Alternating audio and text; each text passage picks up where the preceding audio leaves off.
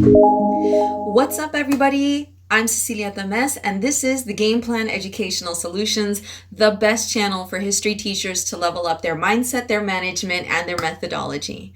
So in today's video, I was actually requested to talk about how to create lesson flow. I know it seems kind of a really abstract term, but it's definitely a real thing, considering the fact that we have to figure out a way to seamlessly transition from one topic to another and keep our class engaged and keep the lesson cohesive and making sense for the students. So this is definitely a challenge for a lot of teachers. I know that early in my career, this was definitely a challenge for me as well. So I wanted to share my insight of what that process looks like, and I wanted to share 6 actionable steps that you can take to actually create flow in your lesson. So if you're excited about creating flow in your lessons, make sure you hit the like button, make sure you hit the subscribe button, and make sure you hit that notification bell so that you know exactly when a new video drops. So without further ado, let's go ahead and jump right in. Okay, so the first topic that I want to address is, why do we even need to create flow? You know, I feel like when I started teaching, one of the misconceptions was, well, our subject area is already in chronological order. How hard could it be? You just go from one topic to the next. And very soon I realized it's not quite that simple, because there are some topics that you can really, I feel as an educator, you want to find the most effective ways to present the information. And sometimes that's not always in chronological sequence. You know, take, for example, Manifest Destiny. There's so many things going on at once.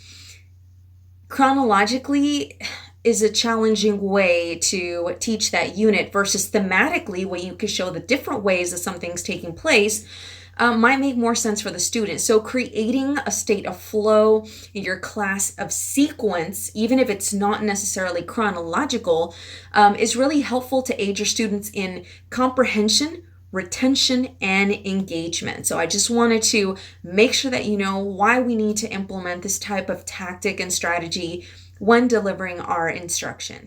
Okay, so the first thing you want to do in order to create flow in your lesson is to, step number 1, engage. And I've mentioned this in other videos before, when I talk about hooking your students, and I'll go ahead and link that video up at the top somewhere or down below in one of the links. But you want to make sure that you have created a solid foundation for your students to remain engaged throughout the duration of your lesson. So you need to figure out a way to create engagement so that you have that buy-in and that interest from your students. And again, this will, depending on what you use to hook your students or what you use to engage your class, this will and could potentially support your effort in tying a lot of these themes together and weaving them through seamlessly. So you want to, again, pick a hook or an element that will start to give students the big idea of why you're even learning about this and what that concept has to do with the big lesson overall. The second step to creating flow in your lesson is you need to pre-assess your students. Now, why do we need to pre-assess our students? That seems almost counterintuitive. You cannot create a nice thread for your students to follow if there are gaps or content gaps, information that's missing from their understanding. Now, those of you that follow this channel and those of you that are subscribed, and if you haven't, make sure you do, you know that I talk a lot about how humans learn, just the psychology behind that. And that is, we're using reference points of things known to connect things and concepts and ideas that are abstract and unknown. So again, if there's a gap there, chances are you are not going to have that cohesion throughout your lesson because your students are not connecting the dots.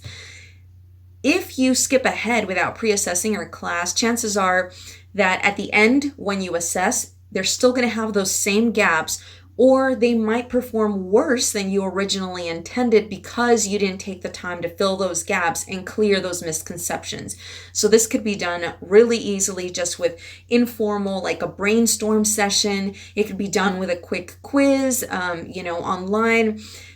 If you're having a synchronous class, you can be doing a discussion online or using maybe Jamboard to contribute ideas that all the students can see. So just anything to kind of pinpoint where your class is at content-wise. But again, this will help create flow and cohesion later on as your lesson progresses. The next thing you want to do to create flow in your class is to build on what your students know. So if your students are missing information, you want to start from there, fill in those gaps, and then move forward. I always tell the teachers that I coach that an effective teacher is going to plan for backtracking and maybe teaching some content that was left out or that their students have, gaps. So you want to plan for filling in some gaps, but you also want to plan for, if we're ahead. So if your class majority is already mastered that concept, they understand that notion and idea, then you want to make sure you plan something maybe a little bit more advanced for them to level up with. So we want to build on the foundation that the students have. If you backtrack when your students are showing that they have mastery, then you are going to disengage your learners. They're going to be bored, okay? You want to build on what they have. I do have an additional video on direct instruction methods for when you do need to deliver direct instruction that you can reference. And again, I'll link those either up above or down below.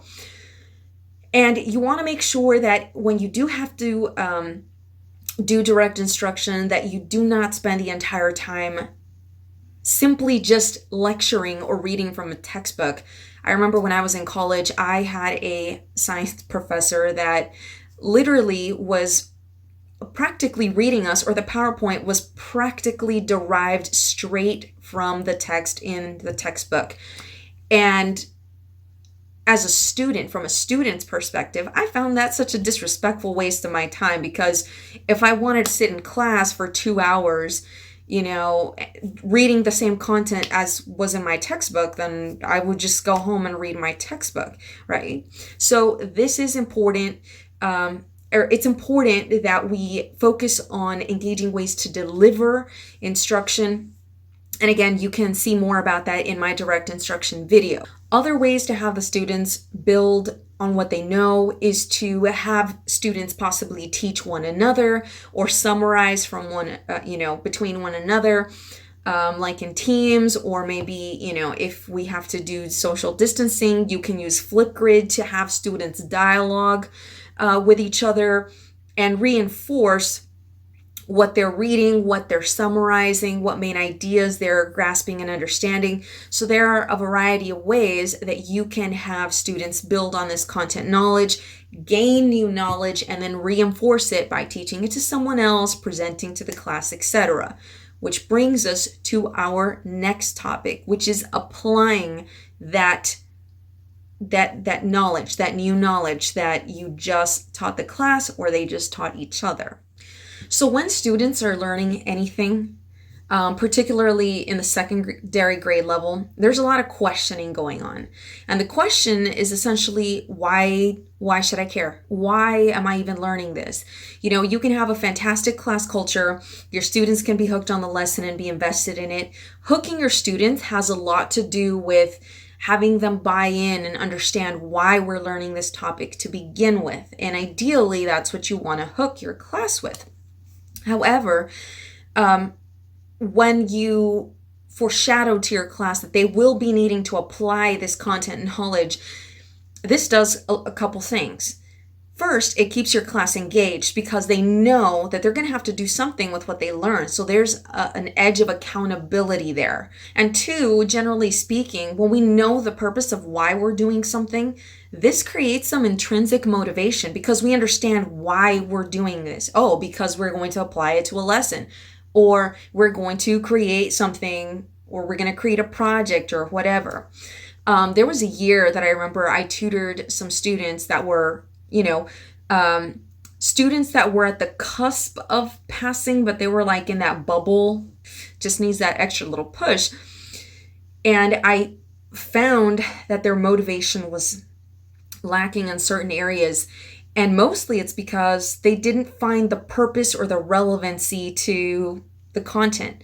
Now, maybe our students given their age group, cannot see a direct relevancy to applying some of the social studies content. But on one particular occasion, I told that intervention class that whatever content we learned that week in class was going to be used and applied to creating children's books to read to the elementary students next door.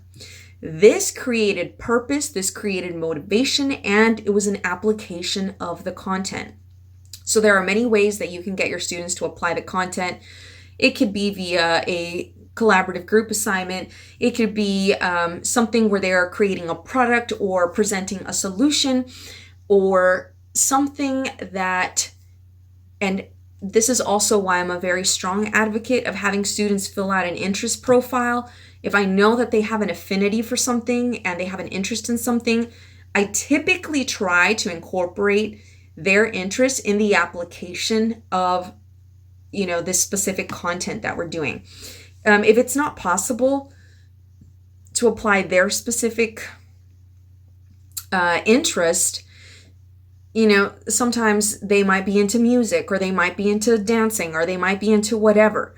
Your activity could be something as basic as, invent a TikTok dance and curate a song for it that reflects such and such idea, or that would reflect this event in history. So again, have your students apply your knowledge. Remember, purpose creates motivation, it creates engagement, and it keeps your students accountable for participating and engaging in your lesson.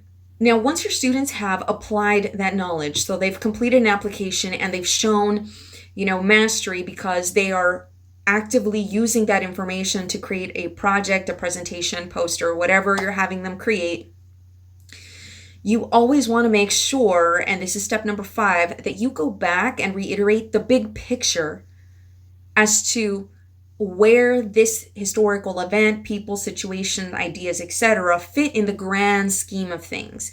Now, you might be like, well, hold on, I feel like I'm doing too much. I'm giving my students the answers, and I'm giving them the big idea. Yes, I know. But in my personal experience, even if you have to model to your students how you're thinking in terms of bigger picture, you might think that you're harming your class because, well, on standardized tests, there's no one there to guide them through. Yeah, but if they've seen you model the thinking process and they learn how you think, then they can apply the same thinking process to moments when they don't have your direct support. Okay? Your goal here, as counterintuitive as it seems, is you want to model the thought process, how you reach this conclusion. You want to take your class by the hand and model the different steps, particularly if you know that it's a class that needs support. Please don't shy away and just want to throw them, trial by fire and just learn it, sink or swim. It doesn't work that way. Sometimes we have to model in stages how we need our students to think. Sometimes we have to scaffold additionally.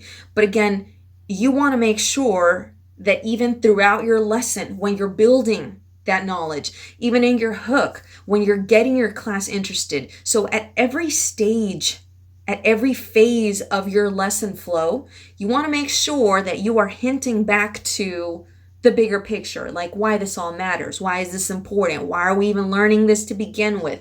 What context does it have and what's going on in the world today, etc. Okay? So always make sure you reference back to the bigger picture. A great way for you to do this is to have discussion questions. You can have a Socratic style seminar with your students, particularly if they're maybe older. But again, always revert back to the bigger picture. They have to know that in history, events are not isolated. They're part of a bigger idea. So step number 6 in creating lesson flow, you want to close, and you always want to close a lesson with assessments. Okay. Now, I'm not entirely a fan of assessments, but I do want to know that my students are comprehending, because that, even though it might be hard to see at the moment, when you assess a student and you are gauging their comprehension, you're basically communicating, hey, I care enough that I want to make sure that I'm not just like off on my own planet, and if you learned, you learned, if you didn't, you didn't. The fact that I'm taking the time to see if you understood the way I taught it, and if not, how I can modify and support you in understanding this content, that inadvertently helps build additionally a relationship with your class.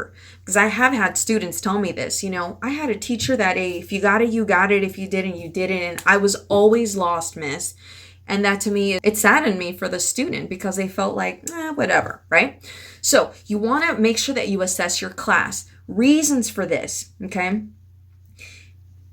If you want to really enhance your effectiveness as a teacher, you have to know whether your strategies are working or not.